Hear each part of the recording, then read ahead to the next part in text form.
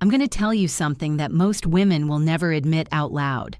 Something that might save your relationship, your sanity, and potentially years of your life from being wasted on someone who's already mentally checked out. You see, men, when a woman is preparing to cheat, she doesn't just disappear overnight like in the movies. She starts lying, but not obvious, clumsy lies that you'd catch immediately. She uses specific phrases, carefully chosen words that sound reasonable, even caring. Phrases that make you feel guilty for even suspecting anything is wrong. Phrases that flip the script so masterfully that you end up apologizing to her for having basic relationship concerns. I'm going to expose the 4 specific lies women tell right before they cross the line. Because, brothers, these phrases aren't accidental. They're not random emotional outbursts. They're strategic psychological manipulation designed to create distance, confusion, and guilt while she prepares her exit strategy. And at the end of this video, I'll tell you the most important secret. The one thing you must do when you hear these words coming from her lips, because your response in that crucial moment will determine whether you save your relationship or lose years trying to fix something that was already broken beyond repair. But first, if this content helps you protect your relationship and your heart from psychological manipulation, hit that like button right now. And by the way, tell me what city you're watching from. Female psychology knows no borders, and these patterns show up in every culture, every age group, every economic background. The women in my practice come from all walks of life, but they all use these same 4 lies. Lie number 1, I just haven't been in the mood lately. And men, here's where most of you make a fatal mistake that I see over and over again in my practice. When a woman says these words, every instinct tells you to believe her. It sounds honest, right? It sounds understandable. Everyone has dry spells. Life gets stressful. Work gets overwhelming. Bodies get tired.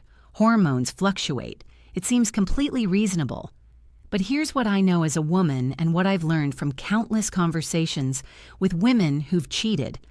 When we're genuinely tired or stressed, we still crave intimacy with the man we love.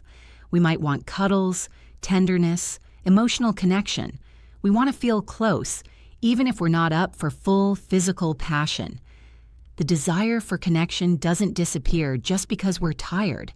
If anything, stress makes us want to feel safer, more connected, more loved. A woman who truly loves you will seek comfort in your arms, not push you away from them. She'll want your touch, your presence, your warmth, even if she's not interested in intimacy specifically. But when a woman completely shuts down from physical intimacy for weeks or months, when even touching feels like a burden to her, when she flinches away from casual contact, like holding hands or cuddling on the couch, when she creates physical barriers by always wearing more clothes to bed, always being too tired for any form of physical affection. This isn't about being tired, men. This is about redirection. Her body didn't stop wanting intimacy. It just stopped wanting intimacy with you. Here's the psychology behind it that most men don't understand and that women rarely admit, even to themselves. When a woman is emotionally investing in another man, her body naturally starts to protect the relationship she's building with him. Intimacy with you starts to feel like betrayal, but not betrayal of you, betrayal of him. She's already given her emotional energy to someone else.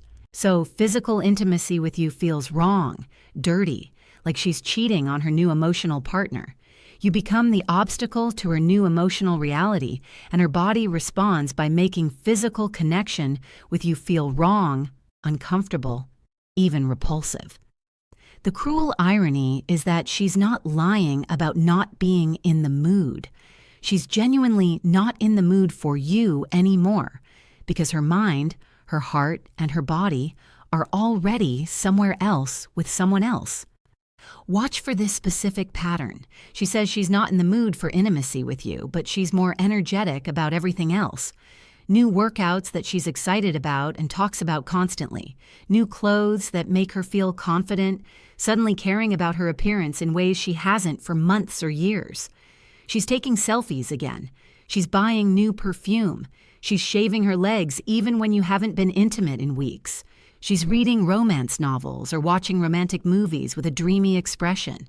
Lie number 2, I just want to focus on myself right now. And here's where this lie becomes especially insidious and where I see most men completely miss the warning signs because it sounds so psychologically healthy.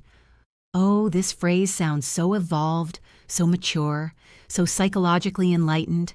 Self-work, personal growth, finding myself, healing my inner child, working on my boundaries, discovering my authentic self, exploring my identity, and you, as a good partner, you support it wholeheartedly. You even admire her commitment to self-improvement. You think finally she's taking her mental health seriously. This is good for both of us. But let me tell you what this really means in female code, based on what women tell me in private therapy sessions, when they think no one else will ever hear. I'm creating emotional distance between us, so that when I take the next step towards someone else, it won't feel like such a big betrayal to me. You see, men, real self-work and healthy relationships includes the partner. It says I'm growing and I want us to grow together. It looks like couples therapy, shared goals, honest conversations about what needs to change in the relationship, real personal development in a committed relationship. Sounds like I'm learning about my attachment style, and I want to share what I'm discovering so we can understand each other better and be closer. Healthy personal growth in a relationship is collaborative, not isolating. It brings couples together, doesn't drive them apart. But when a woman suddenly wants to grow in complete isolation, when your support, your opinions, your very presence suddenly becomes an obstacle to her growth. When every suggestion you make about growing together is met with resistance or irritation, the psychology here is crucial to understand. She needs to create a version of herself that exists independently of you before she can justify betraying you. She needs to convince herself that she's outgrown the relationship, that she's evolved beyond what you two have together. The cruelest part. She'll make you feel selfish for wanting to be included. She'll frame your natural desire to share her life as control, as possessiveness, as lack of support for her growth. She'll say things like, "You should be happy I'm working on myself." Or, "Why can't you just support my journey without needing to be part of everything?" Or, "I can't grow if you're always trying to be involved in my process." And every time you express confusion or hurt about being excluded, she uses it as evidence that you're holding her back or threatened by her growth or not supportive of her becoming her best self. Real personal growth in a committed relationship looks like this.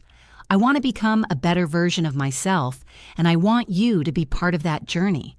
I'm learning things about myself that I want to share with you because sharing my growth with you makes it more meaningful.